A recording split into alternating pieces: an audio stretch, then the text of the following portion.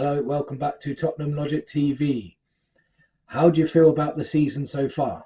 We've played 3 games, got 4 points, 1 win, 1 draw, and 1 loss. In my opinion, there are a lot of positives to take, but there are still some negatives that keep happening to our team. Let's start with Leicester. Leicester, we dominated it, especially first half.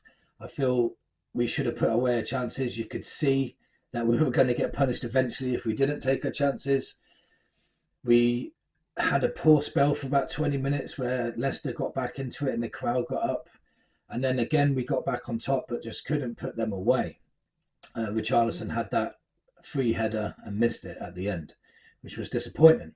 But we came away with a draw. We said it's the first game of the season. We didn't lose, so on we go. It's an away game, so on we go. Next, we played against Everton. Completely annihilated them.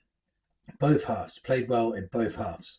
Remember last season when everyone was complaining that Tottenham only turned up for one half? Well, they turned up for 2 halves against Everton. Let's all be very clear with this. Everton were very poor.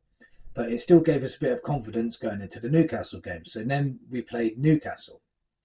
Newcastle, again, probably had the better of it in the first 15 to 20 minutes.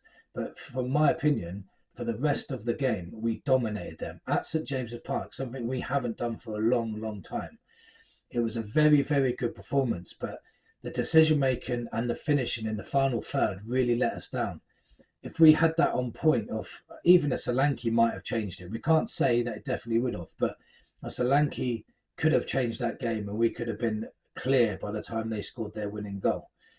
So the positives I'll take is Tottenham are conceding less chances now. They're creating more chances.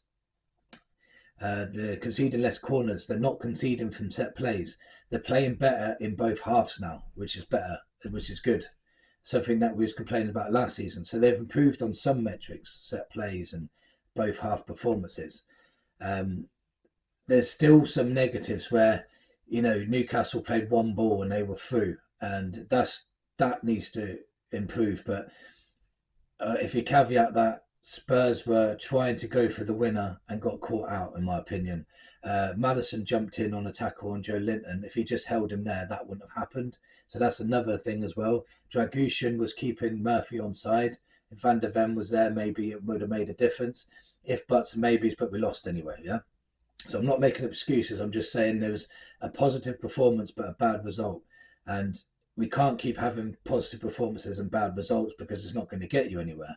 But last season, if you think about it, we were having one half performance and the second half was always bad, or vice versa. We were never having 2 good halves. And against Newcastle, I feel we had 2 good halves. So there is positives to take from it, but we just need to tighten up a little bit more at the back. I know if we finished our chances, it wouldn't have mattered, but, it's not the way football works. We need to be tight at the back as well.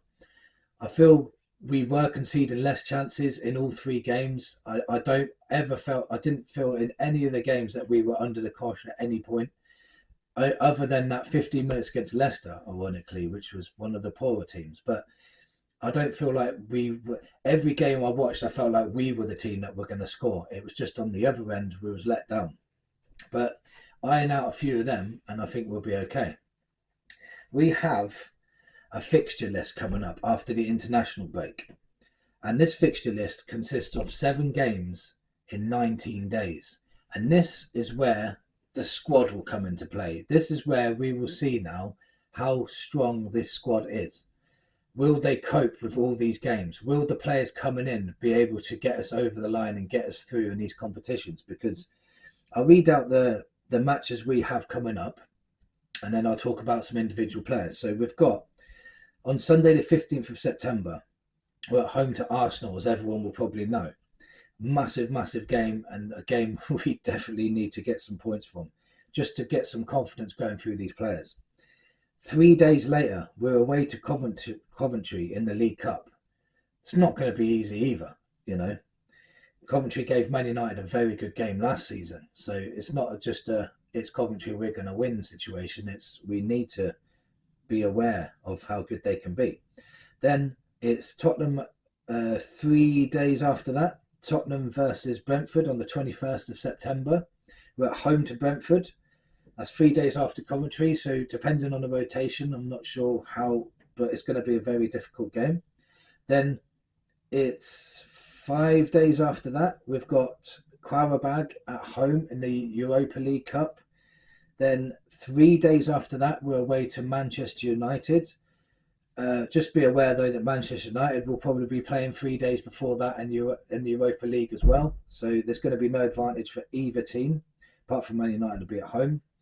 And then it's 4 days after that, we've got Ferencvaros away in the Europa League again. Then 3 days after that, we are away to Brighton. And I don't think Brighton are in any European competition. So that's going to be very, very difficult after going away in Europe and then 3 days later playing Brighton. And this is what I'm saying. The squad rotation is going to have to be very key here, because we've got some big Premier League games, but also some big cup games that we need to get points for. So the rotation has to be clever. This is where the players like Archie Gray, Lucas Bergvall, Alderweireld, Will Lancashire, Mikey Moore, Alfie Devine, all these sorts of players need to step up and prove their worth, because at the moment there's obviously a lot of fans, which rightly so, are saying that these players are not strong enough to take us, not strong enough squad members because they're young, which is fair enough argument. I think they are young players that still do need to prove themselves.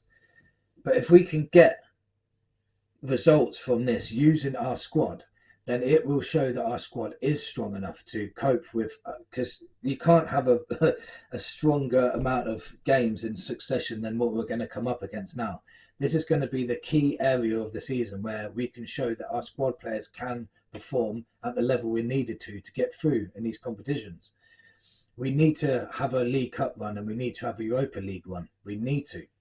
If we end up these 7 games and we've lost both our European games and we've lost our League Cup and we're out of the League Cup already, there's going to be uproar in the Spurs fan base, I reckon, because these 2 cups we really need to take seriously. So let me know in the comments what you think. How do you think we're going to do? How do you think this squad's going to cope in the next 7 games it is in 19 days? Do you think we have enough players to cover? Do you think that, I forgot another couple of players, Spence and Dragushin in that squad rotation as well. They're going to be very important as well. Ben Davis. So do you think that these players are up to the tasks? Do you think that the calibre of the European teams suggests that we could play youngsters and still get away with it? There's lots if, buts and maybes coming up. Tottenham still need to improve in some areas, but they have improved in a lot of areas. They have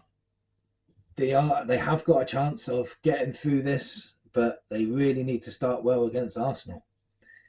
Let me know in the comments what you think, and we'll have a little chat about it.